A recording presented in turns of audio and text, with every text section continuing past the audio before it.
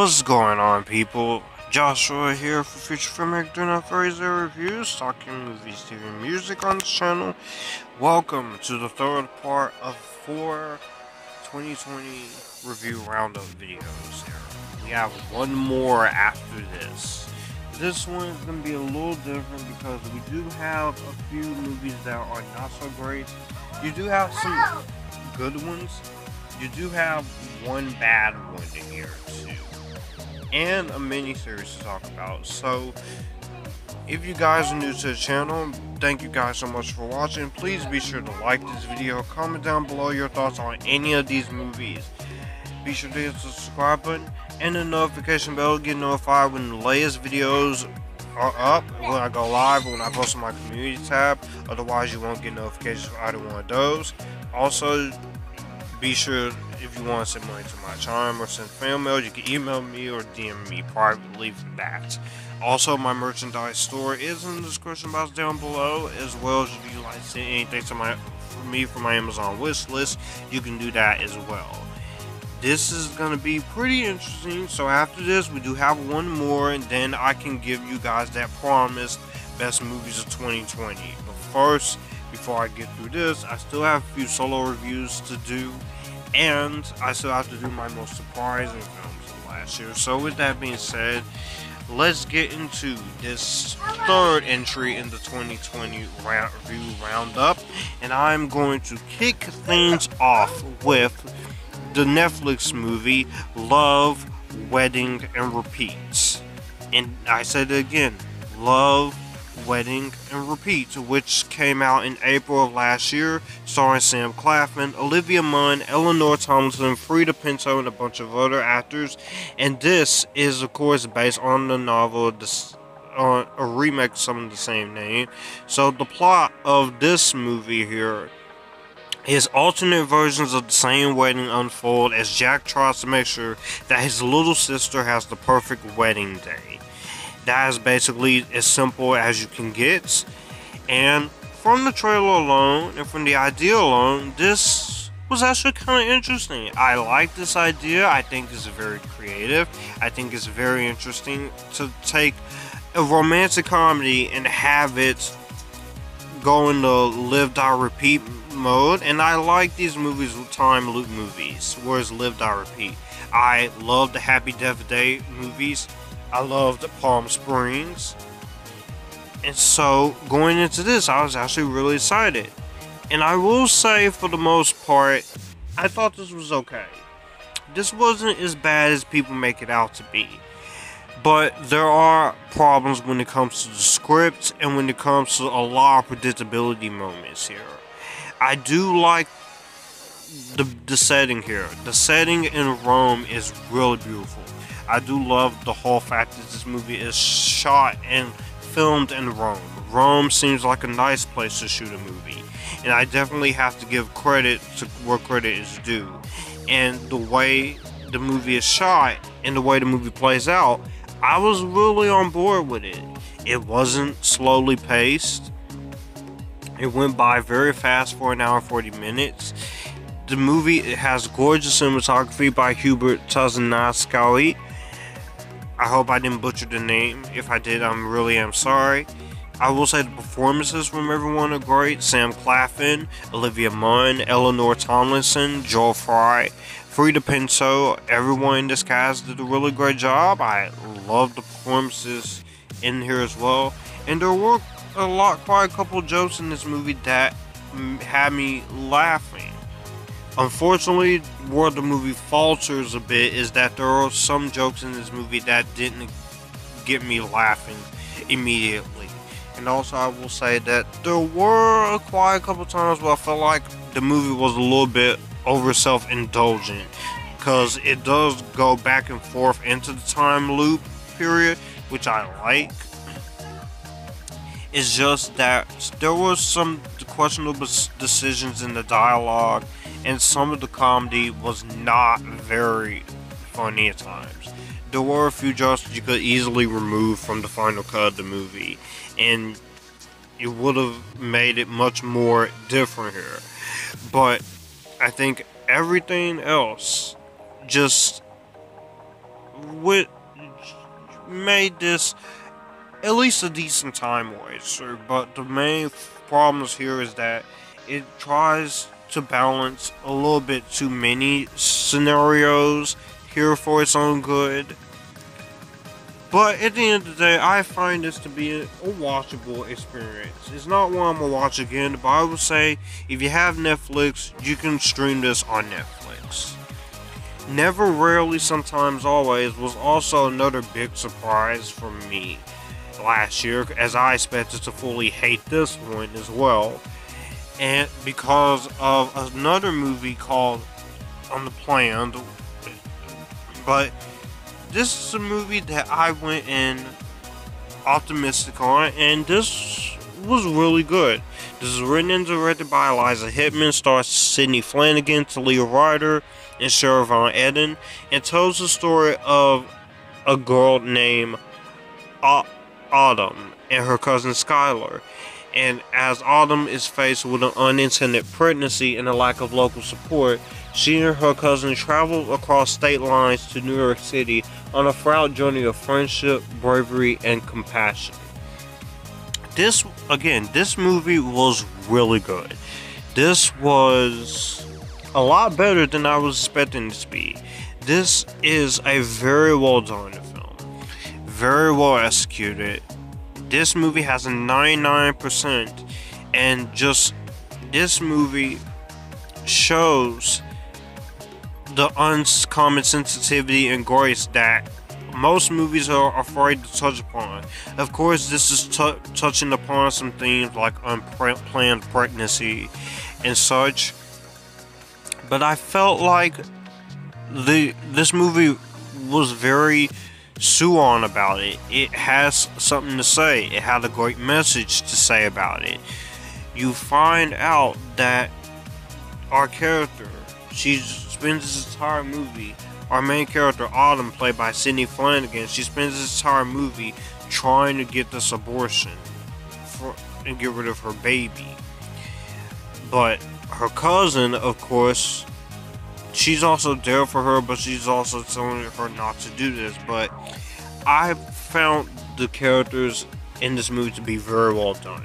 I think the acting was very solid here. The music in this movie was really good. But none of that compares to the great writing and direction from, of course, Eliza Hittman, who she really brought it on with her writing and directing here. This is a very well written and very well directed film. It feels very real in a lot of ways, and you got to care about each of these characters here. You get to care about the story, you get to care about the storyline and everything that was going on with it, and just the way you could tell that this director, she did her homework about Planned Parenthood and giving her access to interview people and shooting the facility. This isn't a documentary, but this is more of a great character study. And this is definitely one of my favorites here. I have no complaints with this movie. None. So I'm going to give this a seal of approval for sure. The next one here is a Disney Plus film called Timmy Failure, Mistakes We Made, which was directed by Tom McCarthy and is based on the Timmy Failure books by Stephen Pastis, and tells the story of Timmy Failure, who, along with his 1,000-pound, 500-pound polar bear partner Total, operates Total Failure Inc., a Portland detective agency. In the elementary school oddball, the clueless but confident Timmy must navigate the world of adults around him.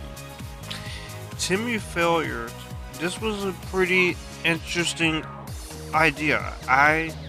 This, of course, Disney Plus has been doing good so far, with the exception of Artemis Fowl, which was not very good, and Secret Society of Second-Born Royals was okay, but this is one of the better ones. This was a very nice family animated film, and the idea is pretty interesting here. You have a world with imaginary friends coexisting with humans, which is something you could think is a little bit out of the ordinary, but I thought the idea was very interesting.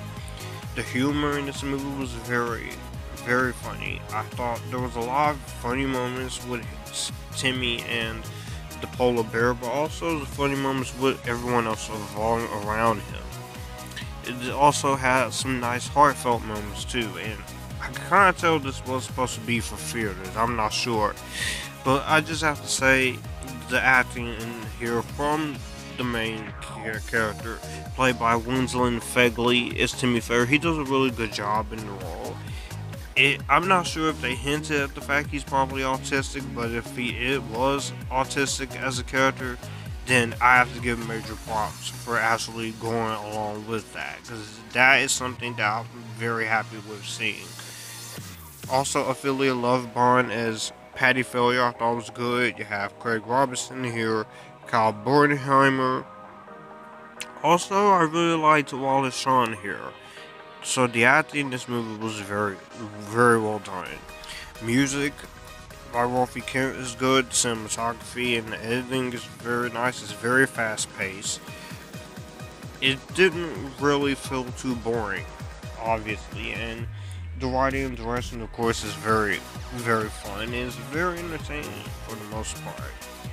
I will have to say, if there's any issue I do have with, is that it can get a little predictable to what's going to happen at the end of the movie, but when you get into the end of the movie, it's still very fun. It's still very cool. Even the effects on the polar bear, our friend, is very cool. So I have to say, Timmy Failure, Mistakes We Made, this was a welcoming surprise from last year. It wouldn't have been on my favorites, but this is, of the Disney Plus movies, this is one of my favorites. And I really like the story here. The story and the characters are good. I love the character moments that this movie had to provide. And just in general, this was a very sweet, very kind-hearted, very light-hearted film that knows what it is. It doesn't try to be anything more. It doesn't try to be dark, or it doesn't try to oversell its message at points at all either. This is a very fun film that I think if you have Disney Plus, kids and families can enjoy just as well. It is definitely worth watching. And I am going to be honest, when I give this movie this rating, Timmy Failure, Mistakes We Made, I'm giving this an Epictastic, because this felt like a very fun, entertaining film, and I very much enjoyed it. And with that being said, yeah, Timmy Failure, Mistakes We Made, I very much enjoyed the movie. It was fun.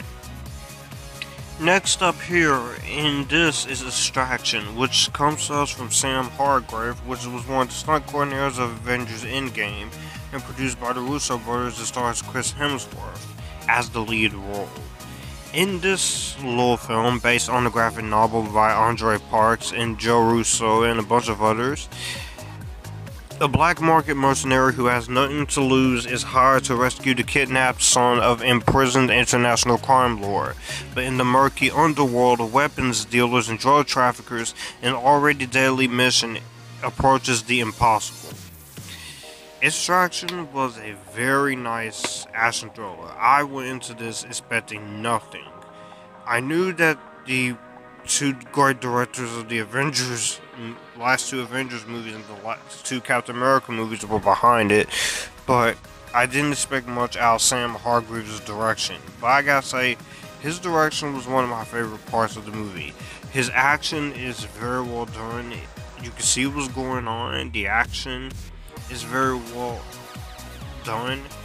It is very entertaining. It's very interesting for a lot of the movie, and it kept me on the edge of my seat. A lot of the action, yes, one of the criticisms I have heard is the violence is overly excessive, but this is a made for streaming film and it is R-rated, so of course it's gonna get overly excessively violent, but I didn't mind that aspect. Of course, let me just say it right now. I do like the plot of this movie. The plot is not the greatest plot in the world, but it's a very entertaining plot that gets you in and out. Of course, the acting from everyone is really good here. Chris Hemsworth, of course, is always great to watch. He's great as the main lead. I really liked his performance. Rudras Jaiwal as Avi Mahan, the son of the Indian crime lord. I thought he was really good here. Pankaj Tripathi as Avi Mahan Sr., who is the incarcerated Indian drug lord. He was great too. And I will say that the performances of those guys, of those three actors, are really good. You also got David Harbour here as Gasper, who is a former teammate, who does a great job. The director has a little bit of a role himself. Also, Priyanshu Panjoli, I thought was very well good as the crime lord who kidnaps him.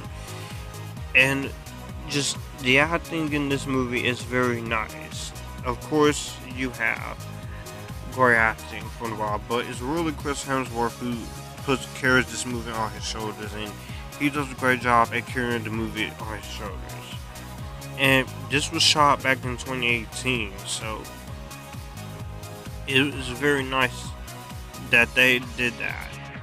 And also, the score in this movie by Henry Jackman and Alice Belcher, who worked together on 21 Bridges. The score was very well done. But before I even forget, we also have a new face called Ghost Ship's Farahani. And honestly, I gotta say, she is beautiful in this movie, and she did a great job in this movie. So, of course, I do want to see more of her. And even though this isn't directed by the Russo brothers, you can tell that the Russo brothers, their influence is still very much present here, because it is very well present throughout the entire length of the movie that their direction is influencing by the director here. Would you have the stunt going there making his debut, and it is well done here. Now, there are quite a couple issues I do have with this. It's not as great as the Russo brothers Winter Soldier stuff, but it doesn't need to be.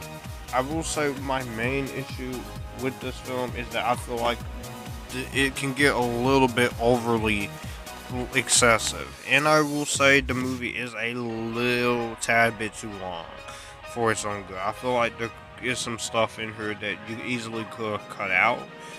But beyond that, I do have to give credit to what credit is due. It's not like I was bored or anything. I thought the movie did a good job at what it's supposed to do. And also, I will say I do not like the ending of this movie. So, of course, because there's one character in this movie. Of course, if you know what happens, he does get killed off at the end of the movie, but I'm not sure if that's supposed to, how they're gonna bring Chris Hemsworth back in the sequel. So if anything, it'll probably have to be someone else at the hands of directing. So whichever the case may be, I still very much enjoy Extraction. It was a fun, badass Netflix movie that I didn't expect much out of, and with that being said, Extraction was pretty entertaining, so I am definitely going to give Extraction, of course, on my rating system, I highly recommend it, because this was an actually pretty entertaining film. Here we go. The Road's Not Taken. This was, to be honest with you, pretty dull. And that's kind of sad, because I was expecting a lot more from this. I was actually kind of interested in this. I will say right now, the story follows the day in the life of Leo and his daughter Molly as she grapples with the change and challenges of her father's chaotic mind as they wade through New York. My story, his journey takes a hallucinatory quality as he goes through alternative lives leading Molly to wrestle with her own past as she considers he has to decide to continue his life in exile or to come back home to what was once his home. I will say this is a bad movie. Dad, I just do you want to tell me something? This we all have regrets. Really everything is open. Why does everyone continue to refer to Dad as if he's not here? Who is he? Dad. Javier Bardem, Elliot Fanning, Salma Hayek, and Laura Linney. They all do a really great job with their roles. You keep reminding me of someone that I once knew. I will say the performances, they all do a great job. Where have you been all day, Dad? Wake up, Leo. Some four other actors who does a good job. Martin Paddock, yes, they all do a good job. However far away you go, you will always it's a very much personal story dealing with dementia and dealing with alternate versions of your life. But at the same time, this is a movie that it didn't really have much to say in the long run. I felt like the cinematography was great. I felt like the direction was excellent. And the writing at times was really good, and cinematography and score. Can I ask you a question? But okay. At the end of the day, what kind of endings do you prefer? Depends on the story. What happens in yours? In my story, a man sets off it mainly on a long voyage and overcomes one obstacle after another. And on the last page, he has to decide to continue his life in exile or to come back home to what was once his home. Dad, do you want to tell me something? We all have regrets. Everything is open. Why does everyone continue to refer to Dad as if he's not here? But it's not Who is he? much. Dad! Dad! I just don't know what you're saying. I'm gonna have to make some hard choices. You keep reminding me of someone that I once knew. I will say this is a bit of a... Where have you been all day, Dad? Wake up, Leo.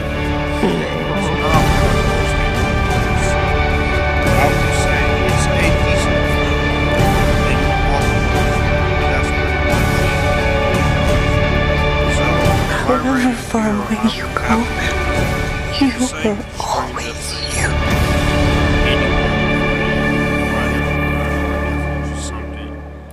Papa! Be that, be so be it. But this is just an okay film. The road's not taken. I will give it a stream this. Papa? Because it's not worth it. The Platform was another Netflix movie that I wanted to do a full-on standalone review for last year, but because of a lot of stuff going on, I just didn't have the time to do it. But this was a really good film. In the future, prisoners housed in vertical cells watch as inmates in the upper cells are fed while those below starve. So this is basically a futuristic version of Parasite and Joker, just in social science fiction. And it's set in the large tower called the Vertical Self-Management Center, and this includes Ivan Masagu, Antonio San Juan, Zoran Ijueler, Emilia Boacoca, and Alexandra Mascanike. This was actually really good. I really liked this. This was actually really good. I very much enjoyed it. This was a pretty decent film. I very much liked what the themes and the messages the movie was going for. It was trying to have something to say about the upperclassmen and the lowerclassmen. I very much appreciate that. It basically, the key message of this movie is humanity is moved towards the distribution of wealth with exploration of the importance of individual initiative in driving political change that critiques capitalism and socialism. But it's done in a very interesting way here. And also you have some cool little action moments here and there. And this was an hour and 34 minutes. The entire movie is in Spanish, so with subtitles. So if you're not a fan of subtitles, you will get annoyed by that. But I was very much interested in the performances of this movie. I think are really good. They're really solid performances. I think the cinematography and the direction of this movie is very well done. I love the cinematography work here. It's very well shot in a 2.351 aspect ratio. Also, you have you have really good musical score behind it and really good editing and the pacing of this movie. This did its job. It did what it was supposed to do.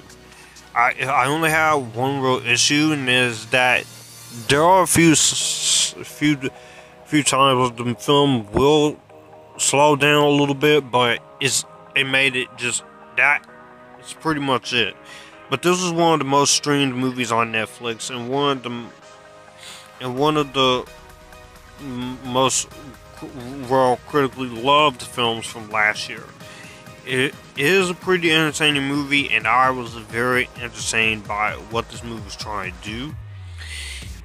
If I had done a standalone review for this movie, I would have even had a lot more to say.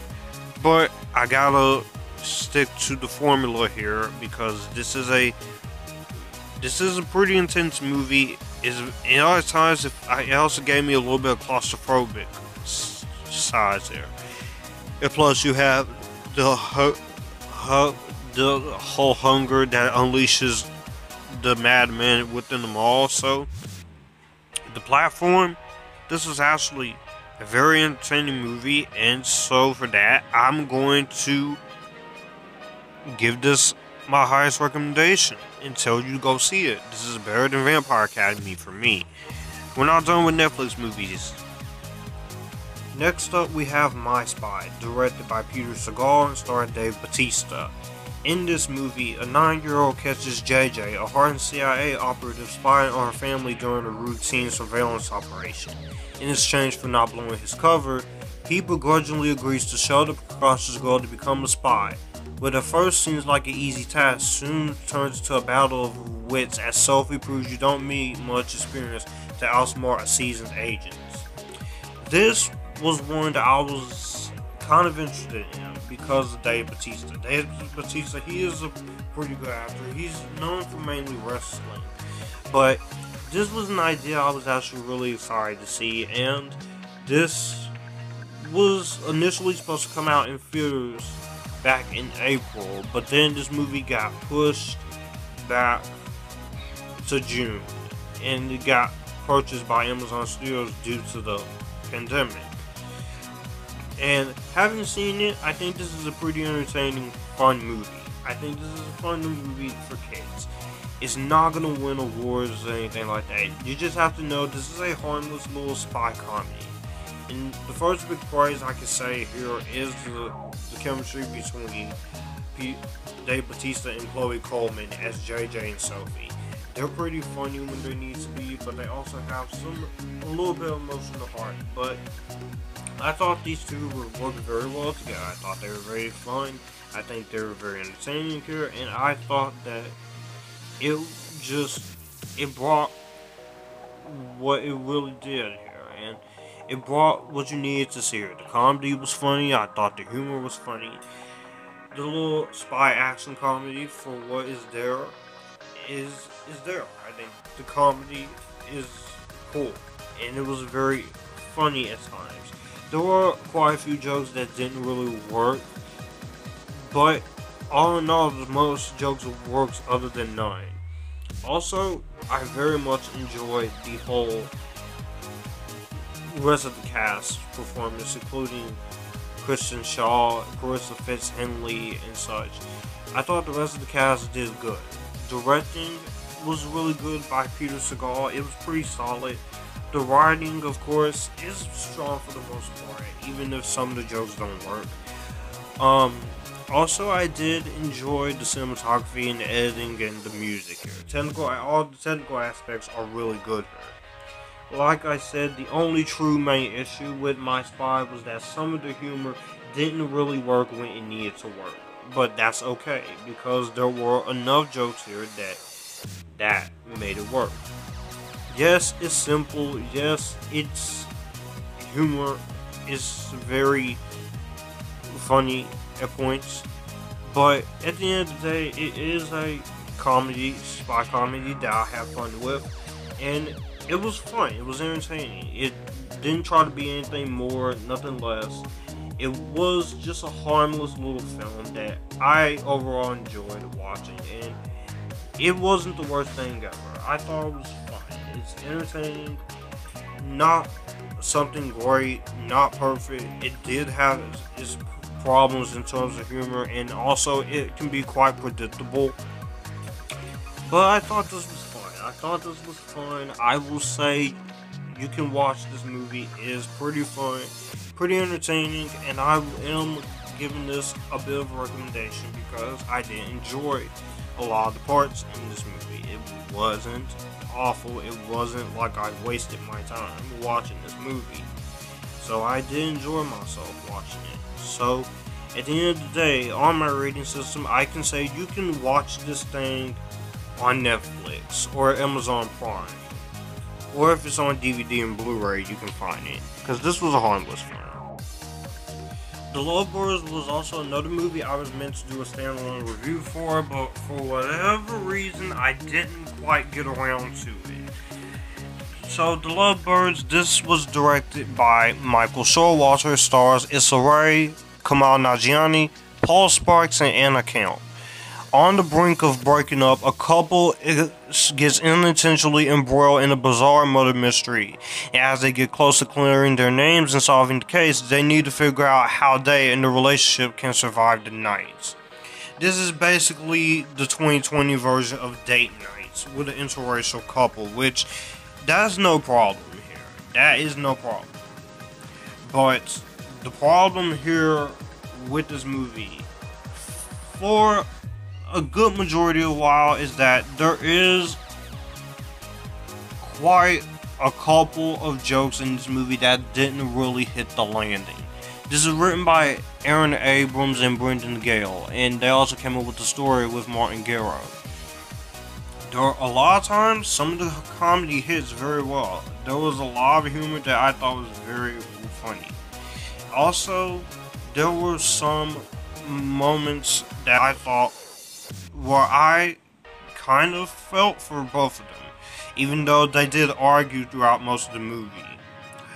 But there were quite a couple moments where the arguing did get a little bit tiresome, to the point where I was like, okay, that's it. You guys can either just work out your problems or break up. But the performances by Issa Rae and Kamal Nanjiani are the best parts of the movie. I think the performances are great. They do a good job in what they have to do. And I thought they did fine for their parts. Also, Paul Sparks, I thought was very funny too.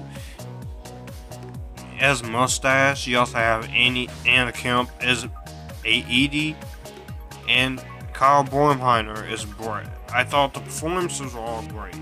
Direction and writing and cinematography was really good. I thought they did a good job. The director, of course, Michael Showalter, and the cinematography, Brian Bergeron, and the music and editing were fine. This movie is now at 27 minutes. It gets you straight in, it gets you straight out. Like I said, the big two problems here is that they do constantly argue for quite a couple minutes, and I know they're in a relationship, but it gets a bit obnoxious at the end, by the end, as you're watching the movie. And some of the comedy wasn't as funny as I wanted it to be. Also, there were some actors who do get very underutilized.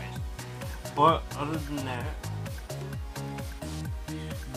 I don't think The Lovebirds is an awful movie, but when you compare it to Date Night, it isn't really that good.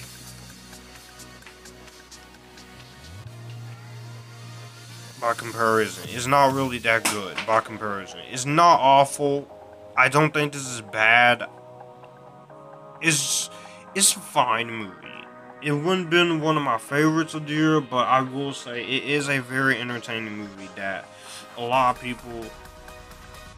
I can see why some people hate it, and I can see why some people aren't into it. But The Lovebirds, I think, is fine.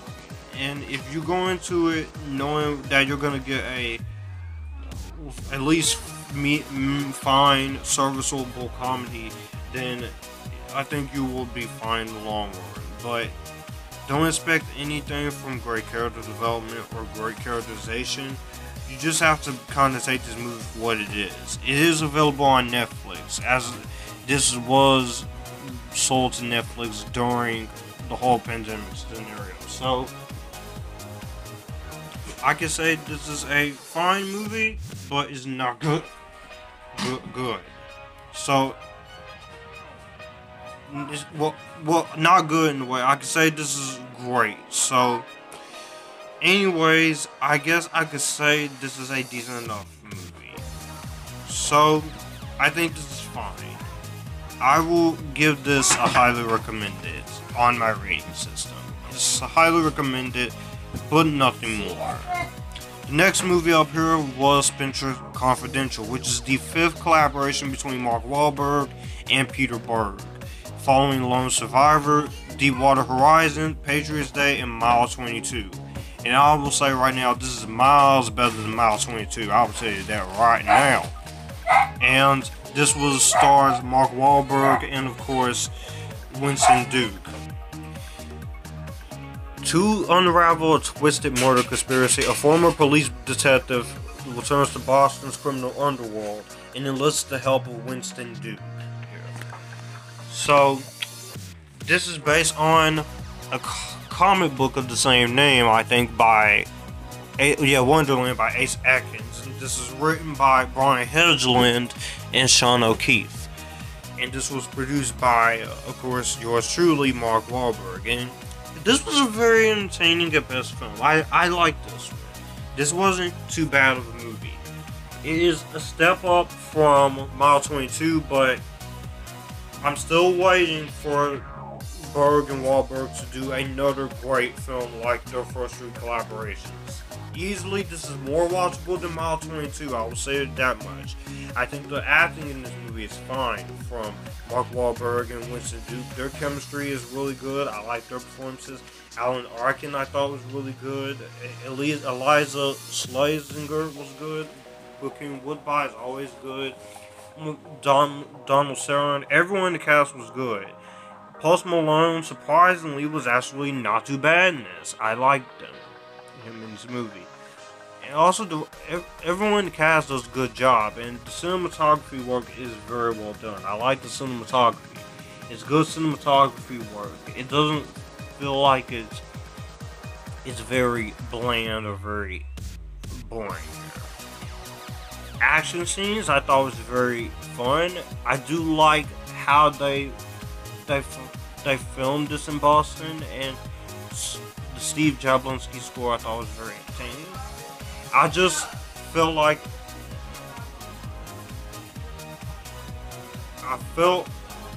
that this is my biggest issue with this movie. I felt like that this is kind of a boring mess of a film. And I thought that the film is kind of boring. It is a little too long, an hour 51 minutes. It didn't need to be that long. And there are some parts in this movie that does drag a lot, and there were some comedic moments that I felt like weren't really all that funny. But also there were quite a couple moments where I could kind of tell what they were going, but it did have some cool action. It did have some decent heart comedy, and there are some good humor. And it's not the best buddy comedy ever, but considering the fact that this came off of Mile 22, it could have been a lot worse. So I don't think this is complete terrible. I just think this is a final. Hollywood was created by Ryan Murphy of Glee and American Horror Story fame, and stars a multi-cast of actors, including Laura Harrier, Samara Weaving, and a bunch of other actors. This is about a group of aspiring actors and filmmakers during the Hollywood Golden Age and post-World War II era, trying to make their dreams come true. When it comes to this, I was actually kind of interested in this. I am a fan of Ryan Murphy of the Glee stuff, not so much of American Horror Story, but I still went in optimistic because he's a creative mind and I like the cast. And which is why I went in open-minded and gave this a chance. Which unfortunately, this is why I have to say I was very disappointed with this film.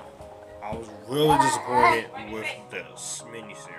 It wasn't horrible. It wasn't bad, but it's just kind of boring in parts. The main thing for me that disappoints me is some of the stuff that they decide to throw at. I will say that there is a lot of artistic license that is taken here that is not very accurate to what it's supposed to be. Like, it's not like it's offensively bad, it's just that some of the creative choices that were made doesn't really do much. It doesn't really work all that much. I do feel like if they were just more accurate to the events of the Hollywood Golden Age, this could have been a lot better than expected. But what makes this good enough to watch is the performances. The acting of everyone is really great. From David Cornsweet, Darren Criss, Maud Apatow, Mira Sorvino, Jeremy Pope, Samara Weaving. Everyone does a really great job. You do have an interracial couple here. You do have a nice clear motivations by every single cast member. And I think all this entire miniseries, it did go out how it was supposed to go out. It wasn't like I was in there bored. It's just the performances here are good. Camera work and editing is solid, and you do have good music in music choices here. The main negative of this is, like I said, the artistic license taken, which I've gotten into that, and a lot of the stories and the tone and the writing isn't that anything to run home about. That is a big negative when you're watching a Ryan Murphy scenario, but it just feels like that most of this miniseries was kind of boring a lot of parts, and there were a lot of times where sitting there, the tone was very uneven. It doesn't know if it wants to be a drama, it doesn't know if it wants to be romance, it doesn't know if it wants to be comedy. The tones are very all over the place and it's very inconsistent with one another. And some of the writing in here, I felt like was the one thing that I felt like was the biggest missed opportunity, because you're talking about a group of actors and filmmakers during the Hollywood Golden Age in the post-World War II era. And I felt like with the appropriate dialogue and such, that could have been a lot better.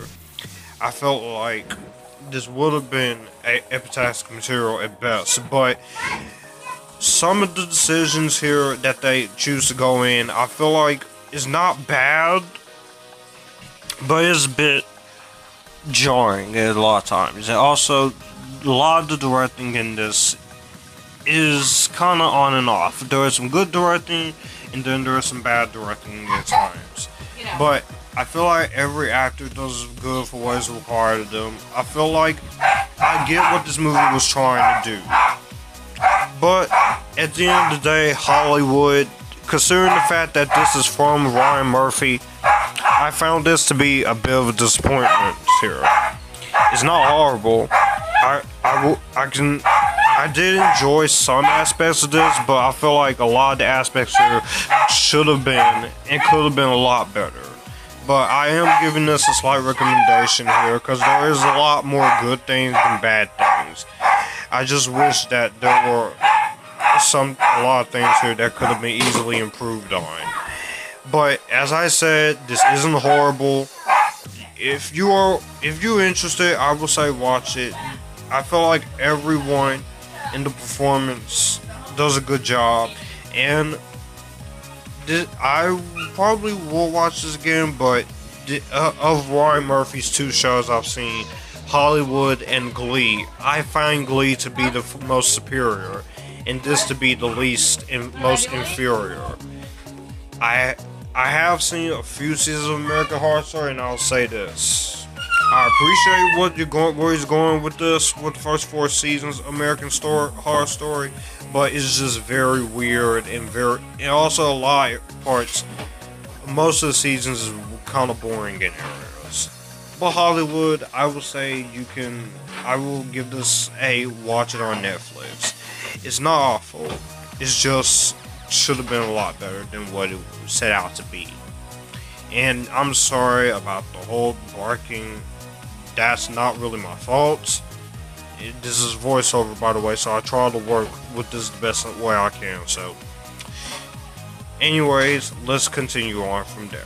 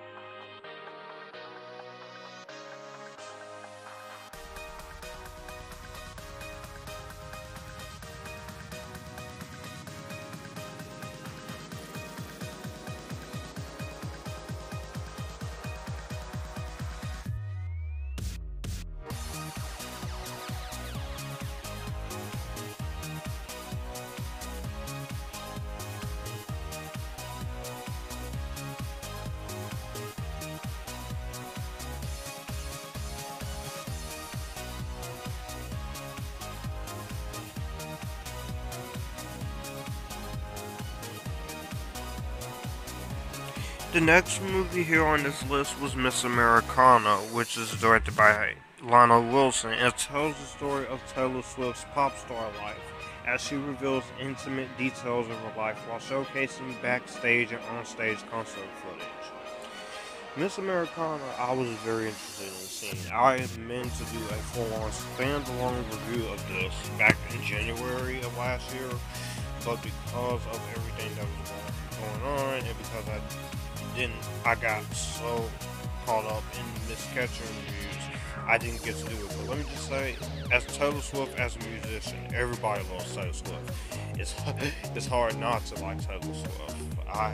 I've seen some people who don't like Taylor Swift, and that's fine, but I like Taylor Swift, her music. A lot of her music was country music, according to her pop music, but you can ask my other sister, because she's a massive Taylor Swift fanatic. She can tell you all her albums, all name her songs, but Taylor Swift is a singer I really like. As an actress, I think she's fine. Cast was not her fault. But Miss Americana, this was a very personal documentary. I very much like how this centers around on Taylor Swift's intimacy and vulnerability, as well as you get to see her role as a singer-songwriter and entertainer. And this shows an unvarnished and emotionally revealing look at her life, with the stuff that went on with her and her mom, and during this metamorphic phase in her life, where she accepts being a singer and entertainer, but she's also an influential woman, harnessing the full power of her voice. And the film is set in a time period spanning from the 2018 concert tour Reputation Stadium Tour to the rollout release of her album Lover, which has a lot of flashbacks portraying undisclosed events of her life and career. And I just gotta say, there's not much more I can say about Miss Americana. It's only an hour and 25 minutes, so it gets you straight in and out. You get to see everything that goes on with her, with her body dysmorphia, and you get to see her past battle about her eating disorder, her talking about her mother's cancer diagnosis, the toxic internet culture, the media scrutiny that she has to deal with, the decision to go public with her political views, and even to a certain degree, her sexual assault trial that she talked about. So these are sensitive subjects that Taylor Swift, she really doesn't like to talk about in interviews. But in this movie, you do get to see that. Yes, you did get what you come for, seeing the whole Taylor Swift sing and dance, but this is a much more personal story, and on that level, I do have to give credit to that. Of course, you do have the cool musical numbers, which is always fun to hear Taylor Swift sing. You do get to see her mother and father, her agents, her singer, and all the people that she's talked to in her life. And this was something very passionate project for, of course, Taylor, of course. So you do gotta give major props to Taylor Swift for doing that. So this documentary really does do a great job at what it's set out to do. You get the nitty gritty, you get the emotional stuff, and you get the whole personal upcomings that she's had to deal with. And I very much appreciated what they were trying to do. And the song Only the Young, which played during the end credits, I think is a very well done song. This does a good job at doing what it's supposed to do, and Miss Americana, I love it. This is one of my favorites of last year. Second to last review in this roundup is The History of David Copperfield, which was written and directed by Armando Iannucci, based on the Victorian novel the same name by Charles Dickens. It stars Dev Patel, Tilda Swinton, Ben Whishaw, Hugh Laurie, and a bunch of other great actors. And in this movie, of course, this follows the life of David Copperfield from childhood to maturity, with his own adventures and the web of friends and enemies he meets along the way. I'm gonna admit, this is a movie I knew nothing about, so I went in not knowing much, and because of the cast, it was intriguing to me. So I gave it a watch, and the personal history of David Copperfield was pretty fun. This was a pretty nice comedy drama. It's definitely not my favorite of 2020, but this is definitely one of the big surprises of that last year. The acting, of course, is great from everyone, especially Dev Patel, Anurag Bernard, Peter Capaldi. Everyone in this cast is just great all the way around. From the way the performances are very well done, from the way the actors act in this movie. I think the performances all the way around are very well done.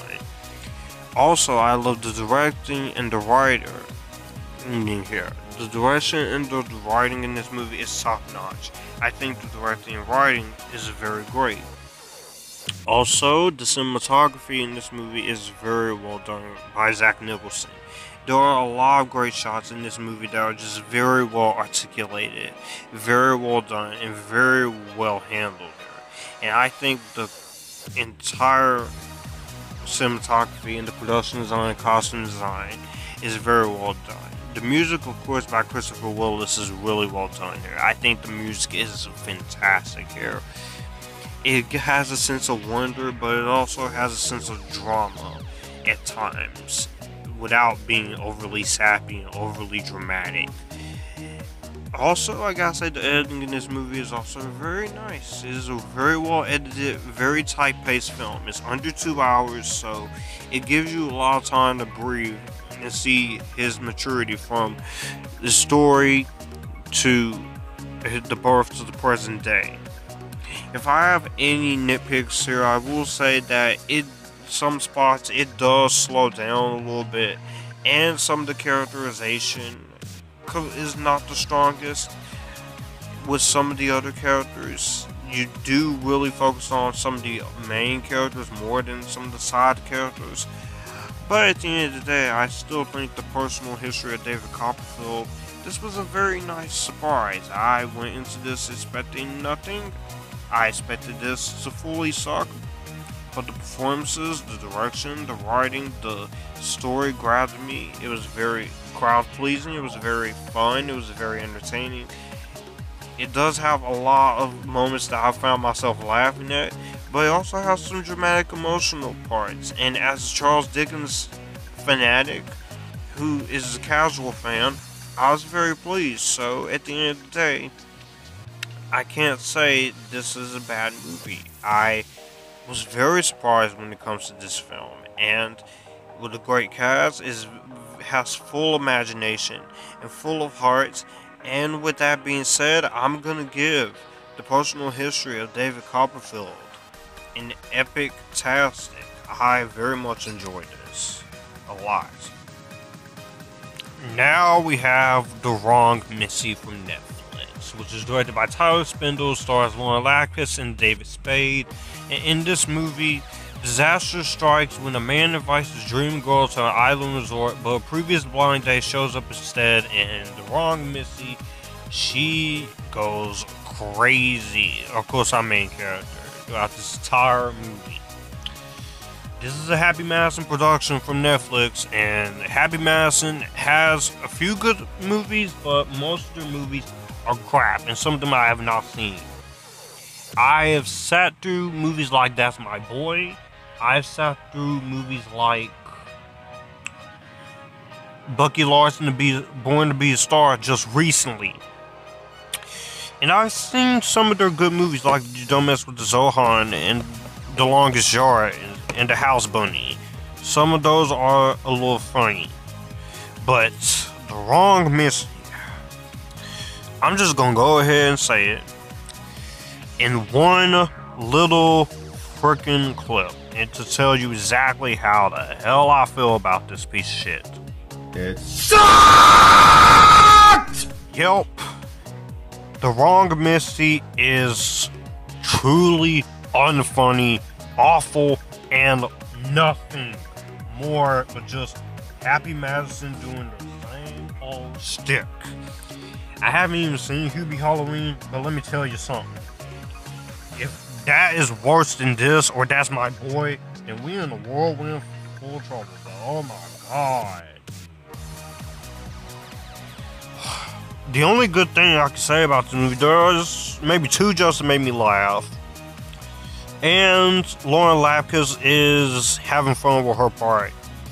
David Spade is just not hearing in this. And that's wrong, sad for me to say, because he is a very talented actor.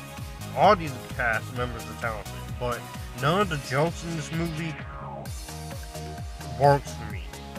This is just pure stupidity, pure awfulness. This movie is obnoxious.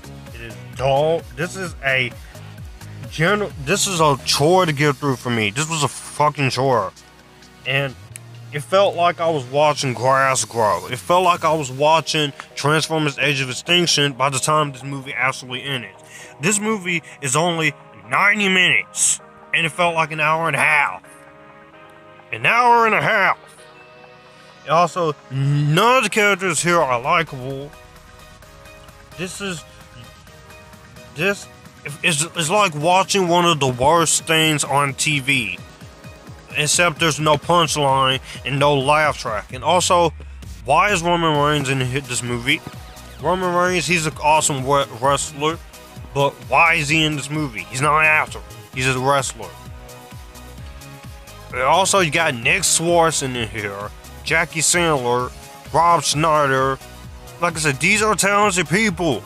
Lauren Lapkus is very talented. I've seen her. And also, you have some of the most disgusting things in this movie. You have non-consensual. I can't even. You know what? Just fuck this movie, alright? That's all I'm gonna say. Fuck this movie. Coming up in the runner-up here in this roundup is Human Capital, which was directed by Mark Myers, based on the novel of the same name, and which was adapted into an Italian film. Stars Liev Schreiber, Marissa Tomei, Peter Sarsgaard, Alex Wolff, and Maya Hawke. And in this movie, we follow the lives of two different families as they collide when their children begins a relationship that leads into a tragic accident. So basically, this is more of a modern interpretation of Romeo and Juliet, except it's not called Romeo and Juliet. Yeah, I gotta say, this was a bit of a slog to get through. This wasn't horrible or anything. This wasn't awful. I will say the performances by Liev Schreiber, Alex Wolff, Marissa Tomei, and Maya Hawke, everyone does a really great job in their roles. I will say the musical score and the cinematography and the direction is very well done here, as well as the production design, costume design is well done here. And there are some moments that are really dramatic and very heart-wrenching. But however, it's just this movie's problem is the script. The script here is... I do appreciate the fact that it sees threads as it bends back and forth on this whole mystery unraveling. But the problem with the way this movie is written is that it's written in a way where it feels a little clunky in terms of the dialogue. And the movie wasn't boring. It's only an hour and 35 minutes. But it's just, I felt like the script needed a bit more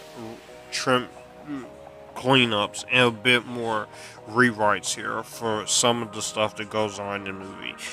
Because you do find yourself caring about both families. It's just that there are certain aspects in terms of this mystery and in terms of a lot of the things that goes on here that really didn't feel 100% authentic.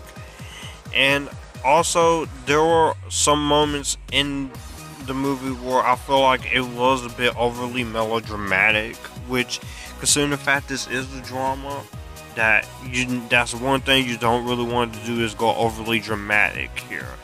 And I do respect the ambition, and I do respect the fact that the director and the writers, they do try. It's just that there are some decisions into the script that I feel like could have easily been avoided or just easily rewritten. I do like the mystery and the whole back and forth between these two families. I thought that kept the movie going along, as well as the performances in this movie. I thought the performances were really well done here. In technical aspects aside, this isn't a badly edited, badly production designed film. It's just that when it comes to a lot of elements here, I feel like this could have been a little bit better. This isn't one of the worst movies of last year. I did get through it. This is a movie I've only seen once, and I think a one-time watch is probably enough for you to deal with this film. It's not awful. It's not even one of the worst movies of 2020. It's just a very crazy, like, clunky, really written film with great performances, great direction, that it has something to say, but at the end of the day, I feel like the structure of the story could have been a little bit better. But at the end of the day, Human Capital, it is worth one watch. If you can find it on cable or finding on the streaming service, I would say watch it. It is not a bad movie. So, with that being said, I will give Human Capital a stream this thing. Again, it's not a bad movie. It's just, I feel like if the script was better written in a few areas, then I think this would have been one of my favorites, if not one of my favorites of the year. The last one here in this list is Ma Rainey's Black Bottom, which was directed by George C. Wolfe, written by Ruben Santiago Hudson, based on the play of the same name, and stars Viola Davis and Chadwick Boseman in his final film. Tensions rise when trailblazing blues singer Ma Rainey and her band gather at a recording studio in Chicago in 1927. This movie, of course, I was very interested in seeing this, because not only because it was a drama film based on an August Wilson play. I was a big fan of Fences, and Denzel Washington was producing it, but also because of Viola Davis playing the role, and this is, of course, the last film of Chadwick Boseman, making this his final film appearance right next to The Five Bloods, and this movie lived up to every hype that it was. This is definitely one of my favorites of last year. I really loved this movie. First of all, let's just start off with the obvious. Viola Davis as Ma Rainey, Black Bottom. She brings the toughness, the seriousness, and tells you that she does not want to basically let things go. And she's willing to do what she needs to do to get this record recording. But tension soon rises throughout the entire movie.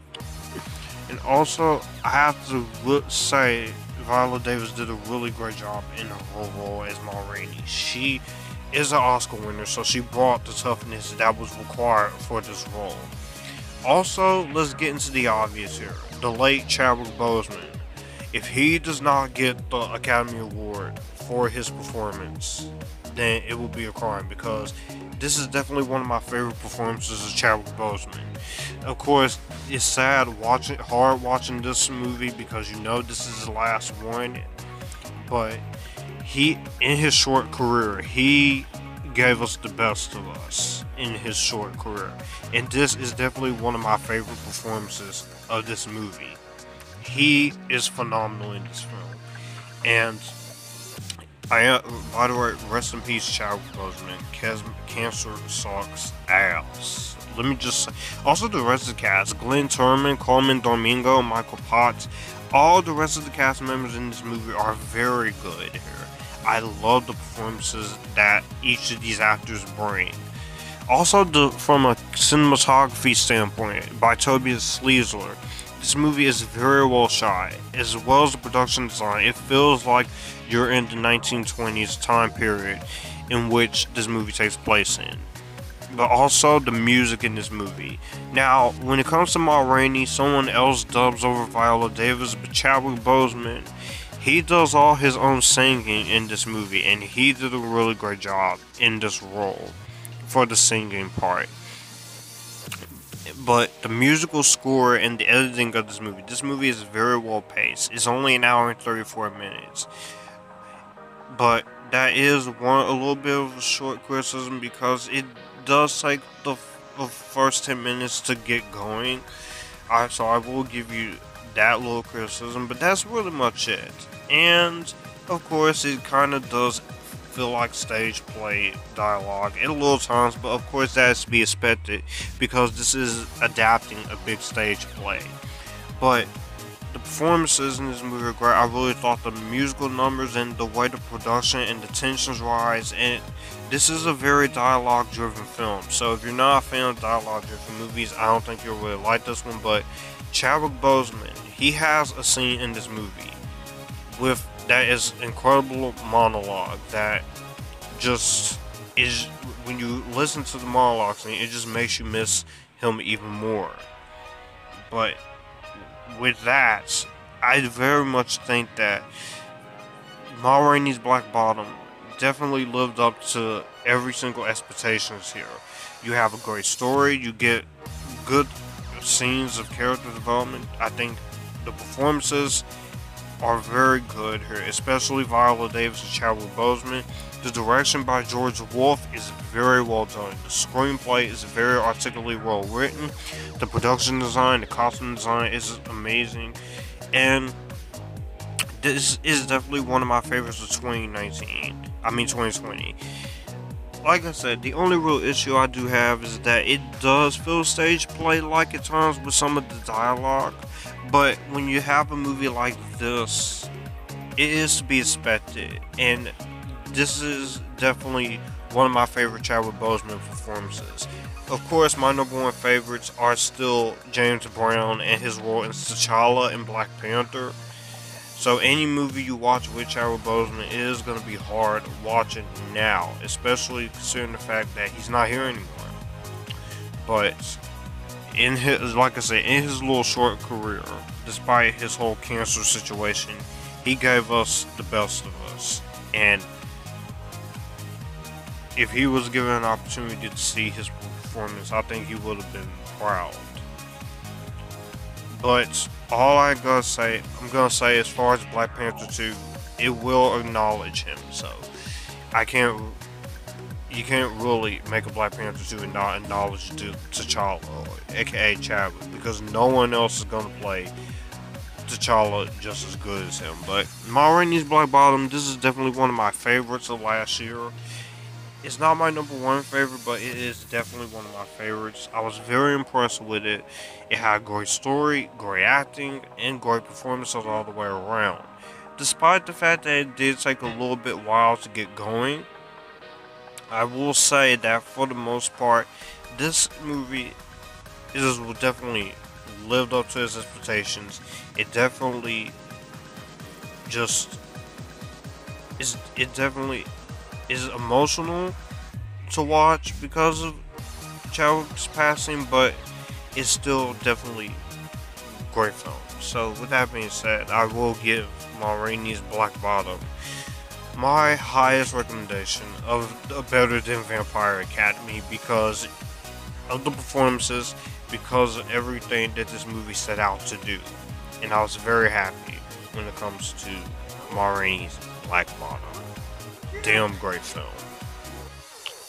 So that was my third of 4 2020 review roundups. The last one will be coming very soon. Thank you all for watching this. All my social media links in the description box down below. You want to send a fan mail, you want to send an email, you can email me. Money to my time, you can email me and DM me. Well, also, if you want to go to my Amazon wish list and send something, you can do that too.